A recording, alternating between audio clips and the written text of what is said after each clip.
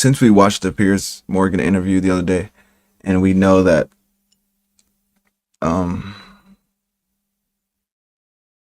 actually this might lead it into it. I don't know, cause I forgot how they came up with. But you know what? We'll start with this. It don't matter. Let's see what he has to say. In many ways, I'm still censored. I'm telling you, I'm still canceled. In many ways, I'm still censored. And so you can't call your show uncensored if you're censoring the most censored person. So I complained about that a lot. After the Tucker interview... All right, that doesn't make any sense. How your show is uncensored. And literally in the show, I think he says, Ye was saying how something about when niggas being niggas, but he said nigga, and Piers didn't even show that. Like, how are you uncensored, bro? And you can't even show that shit. They started talking about me like every week. I think they did like 7 shows, 5 or 6 shows about me since I did my interview with Tucker. And they would have a panel discussion about me while I'm banned from the show. So they're debating each other. Should he have a platform? Should he not? Should Tucker have talked to him? What did he do wrong? And I'm not allowed to engage. I'm not allowed to speak for myself or jump in. And so I called Piers Morgan out on my show a couple weeks ago. I said, how many shows is he going to do where he talks about me, but he won't talk to me? I said, because that doesn't seem fair. And so around Thanksgiving, he challenged me to come on the show. He said, you're right. It's about time. I'm going to talk to you. And he invited me on the show. And I got in touch with his producer, and we set it up very quickly, scheduled it for Monday. And I said last week that I expected it to be hostile. There's a creative side always hustle Piers always nobody's does that, talking though. about, and it's not Did that with content Andrew. creation. Being a YouTuber, Main example. I said I was expecting an ambush, and then I corrected myself. I said it's not going to be an ambush because I know that it's going to be hostile. Right. So with an ambush, there's an element of surprise. I said it's not an ambush because there's no surprise. I said I know exactly what I'm in for. And this morning or last night, I think it was, I'm not sure, they reassured me. They said, no, it's going to be live. It's going to be a live interview, 2 hours, one-on-one, no gimmicks. And I said, great. I think that's great. I was glad that it was live because then I can be confident that it won't be edited or censored or they're not going to mess with it in production. I said, that's fine. And so we do the interview. And like I said, it wasn't an ambush, but it was the usual Piers Morgan tabloid routine. He played all my clips, all the greatest hits, and basically asked me if I agreed with myself. That was the premise of the show. Yeah, literally. It was another clip show. And if you've been following me, you know what this is. You know how this goes. It's not the first one. I've been subjected to this many times. You go into the interview and they play a clip for you and they cut it out of context. They take 10 seconds, whatever it is. And they'll take something that's supposed to be a joke or it's rhetorical or whatever. And then they treat you like you're in a police interrogation. They treat you like you're in a courtroom. Officer Piers Morgan. No, but what Nick is saying here, this is so true. And again, guys, was it not like an amazing interview? I'm still like hyped up about it. But what Nick just said here, this is so true. Like Piers Morgan, he took like those clips completely out of context, and then he was asking Nick, do you agree with what you just said here? And Nick is like, oh God, like it just was like a point, and it's like a point in, hey guys, don't like this guy, he's racist. and this is, believe me, guys, let's continue. Don't believe him, guys. He's racist. Look what he said, guys. Look at him. Look, guys. That's all this was. And they say, you submitted that on the record. And they act like you swore under oath that everything you've ever said is serious. And we all are familiar with that. They play the greatest hits, the things that sound the worst, and they ask you to defend it. And it's funny because I heard people explain it this way. They said he's playing you clips from your own show and then asking you if you agree with yourself. It's like, of course I'm going to agree with myself. He plays a clip and then says, what did you mean by that? And I'm like, well, I meant what I said in the clip. What, did you take that back? No, I said it's my show. I said it on my show. Of course I agree with the clip. I said it. It's on my show. And so that was the structure. That was the format. Clip, response, clip, response. And I guess what was notable about it is that he was clearly going into this interview thinking, I have to assume this. He went into it thinking that I would be embarrassed or ashamed. I don't know why though. Like, he's never done that before. If you've ever watched Nick ever, that's what I'm saying. Like, if you've ever watched Nick ever, he's never been like ashamed or embarrassed of what he says. He actually stands on 100 on what he says. So, like, him, like, that's weird that Piers. But even if he was to feel embarrassed or shame, why did Piers think we would give a fuck? The niggas who are watching, why do you think we would care? We don't care what the fuck is going. Like, if bro is talking truth, we don't give a fuck how he's saying it. He's telling the truth. If he says 2 + 2 = fucking 4, it equals fucking 4. Or that he could shame me. And so he'll play a clip where I say, should be in prison. Women need to shut up. Are running America. And he thinks that I'm going to blush and get red in the face and go, oh, I didn't mean it that way. I'm not racist. I'm actually a really good guy. And Right. I think he was surprised Oh God. when I said, yeah, everything I said in that clip is true. Oh God. And he said, really? Everything? Yeah. What about this part? Yeah, that too. Really? You think blacks should be in jail? Yeah, they for the commit most too part. much crime. Oh, God, Well, like you white said. people commit crime. Yeah, they do it less. But they commit crime. Yeah, but less. But they commit crime. Yeah, but proportionally less. Okay, next subject. Like, and this was the flow of the interview. This is so true. And you can say whatever you want about Nick. You can agree with him. You can disagree with him. This is all fine. But you can't say that this guy, like, the way how He started out the interview with the Coleman Hughes clip. And Coleman Hughes is this black guy. He's like this black nerd at the Free Press. I had never heard of him. Apparently, he's I've very never seen that guy either. important to himself. And they play this clip from Coleman Hughes. He's at the Free Press. And for those that don't know, Free Press is Barry Weiss's publication. Barry Weiss is like an Israeli spy. She went to Columbia University. Well, actually, before she did that, she graduated high school and then went to Israel. Graduated high school, then did a fellowship in Israel. Went to Columbia, started a pro-Israel campus group where she tried to get professors fired for being in favor of Palestine.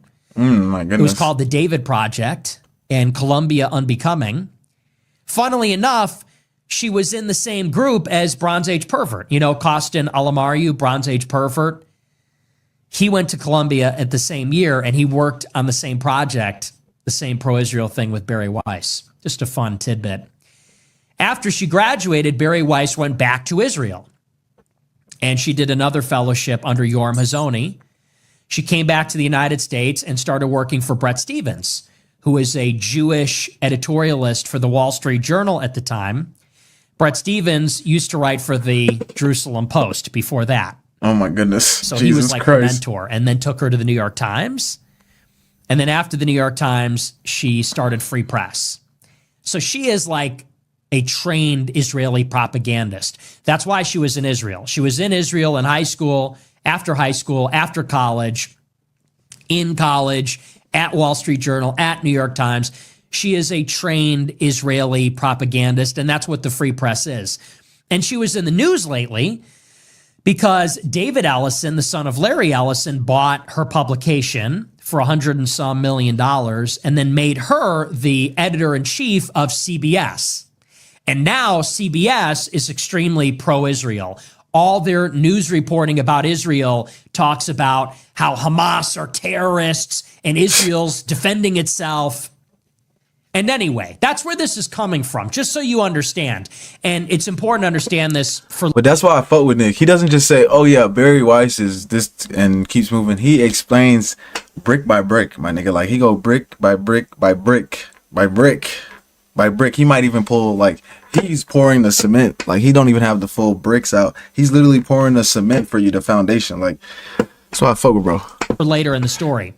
Perfect. So this Coleman Hughes, he's at Free Press. It's a pro-Israel propaganda outlet.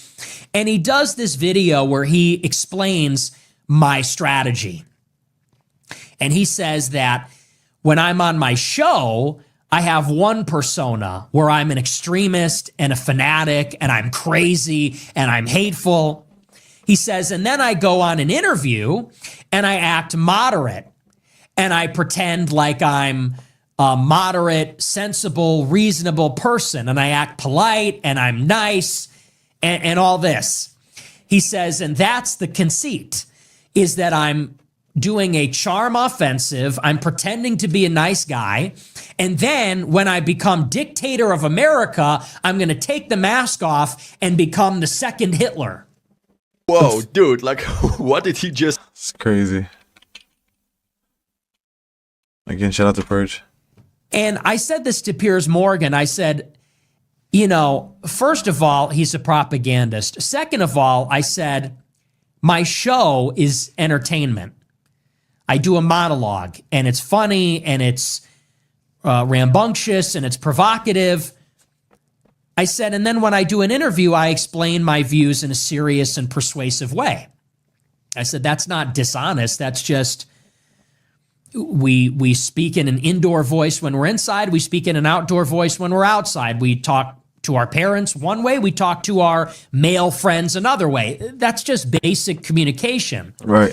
I said, but the last part, which is that I'm going to seize power and then become Hitler, I said, I don't even know where that comes from. That just sounds totally crazy. That just sounds like a weird...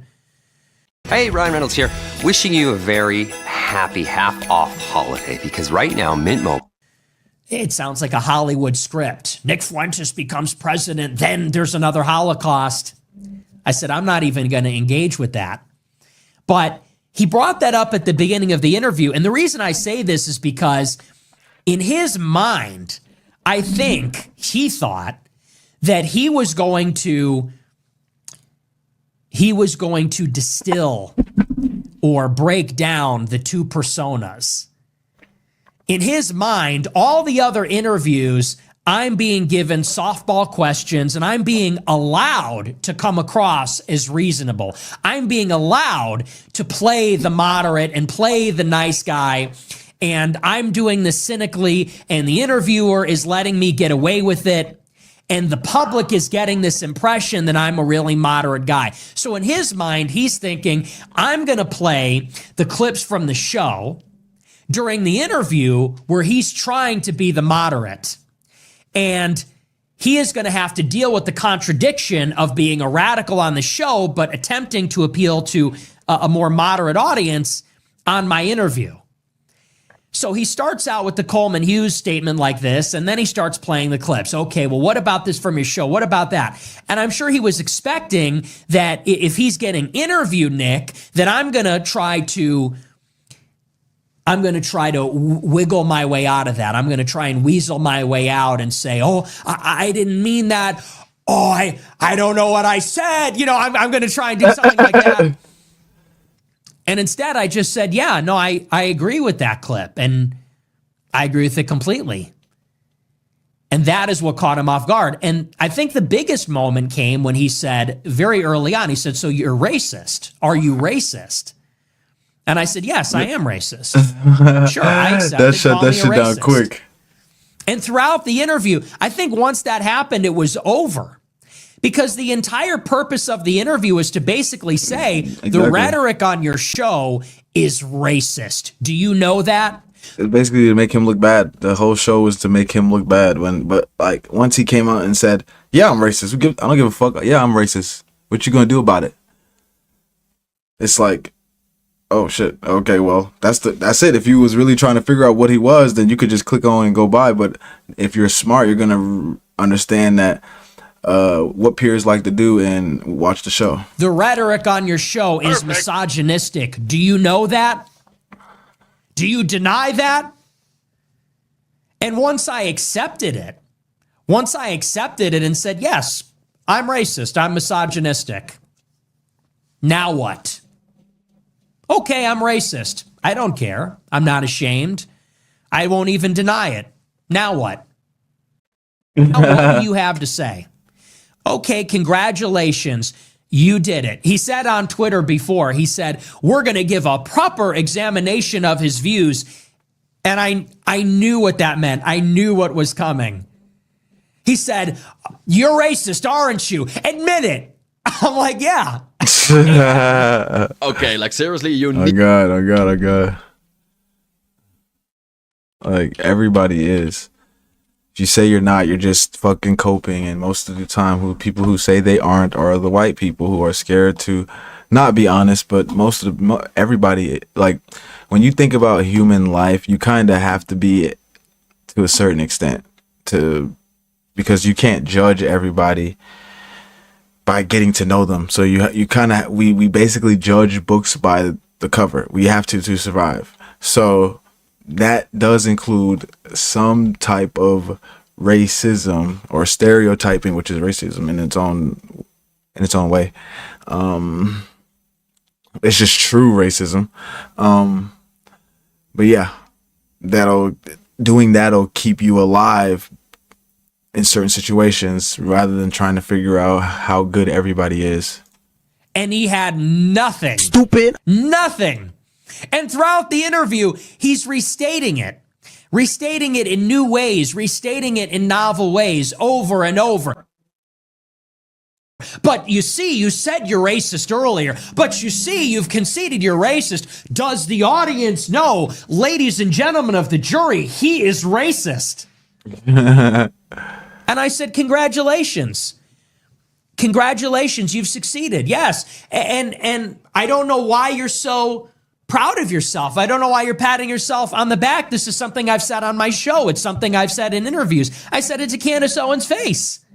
Right before I explained human biodiversity, right before I explained race and IQ, I told her, yes, I'm racist. I said, I used to say I'm racialist. Now I just say I'm racist. I don't care.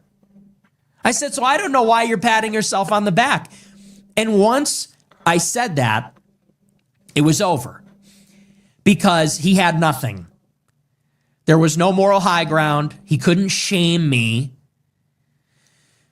And there was nothing substantive to say other than to point and sputter, you're a racist, you're misogynistic. What did I say? And there's a lesson in this, which is that these words and these labels, and more than that. That's what they do to cancel and silence people. Oh, he's a racist. Don't listen to him. He only likes white people. He's racist. Don't listen to him. He only likes white people. He's racist.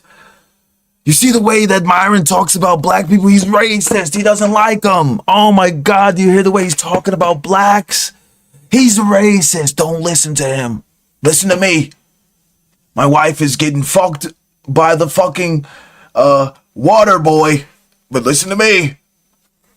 The shame. It only has as much power over you as you give it. Now, I understand that for normal people, there's a little more to the story. Because if you get called a racist, you could lose your job. You could be expelled from school. Your wife or your girlfriend might leave you. Your family might disown you. Imagine niggas giving a fuck about shit like that. The job, I understand because you have to take care of yourself. But like wife, family disowning you. I remember my, like, nigga, no, I don't. I come with truths and I tell the truth. Fortunately, if you don't like it, I don't give a fuck. Life does not revolve around you. It revolves around the truth. So for other people, there are complications. But for people like myself, and I consider myself an opinion. My family kind of know better than to have discussions like this with me because they know they're going to get cooked because I do my research all the time. I'm always doing my research. Opinion maker, a tastemaker, a public intellectual, an influencer, whatever you want to say. I'm an ideas person. My job is in the realm of ideas. I don't have a regular employer. For someone like myself to say that word doesn't have power over me, I don't care. You can call me that. Once that happens, it's like a spell is broken. And the rest of it followed suit. So that's in the first place. I also want to talk about that whole approach, because what was really interesting to me, and we could go over some of the greatest hits. I'm sure we'll hear about it in the super chats, but I'm assuming you've all seen it or you've seen the viral clips. What was interesting to me about the interview is that he seemed to think in the middle of it, before, during, and after the engagement, that he was winning. Because during the interview, he kept saying, well, the audience is going to judge. Well, the viewers at home will decide. Thinking in his mind that they're eating this up, that the audience at home is folding their arms and saying, well, he's done it. Piers got him to admit he's racist. Well, that's it. That's all we need to see. It's over. I don't need to hear any more. He's racist, and that's all I needed to hear. That's it. And so during the interview, he kept falling back on this. Well, the audience can decide.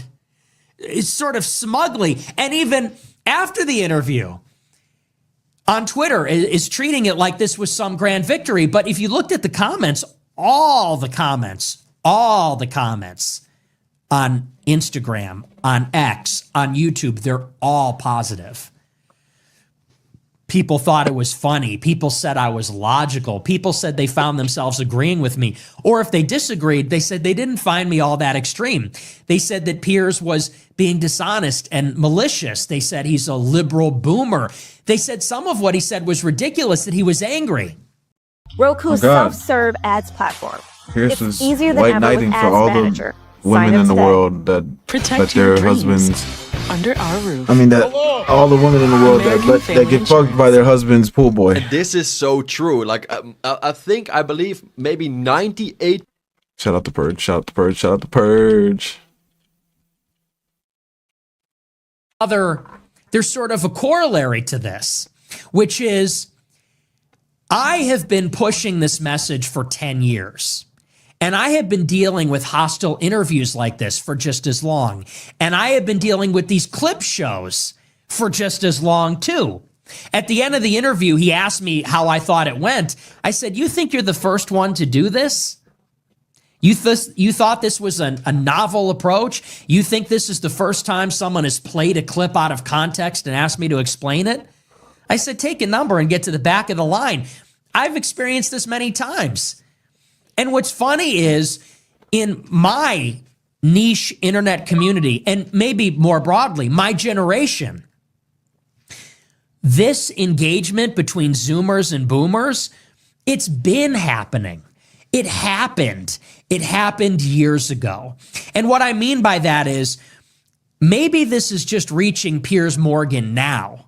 But 5-6 years ago, people like me were saying to their parents and other edgelords on Twitter and other people, other intellectuals in private were saying to equally as confused boomers, yeah, I'm racist, I don't care.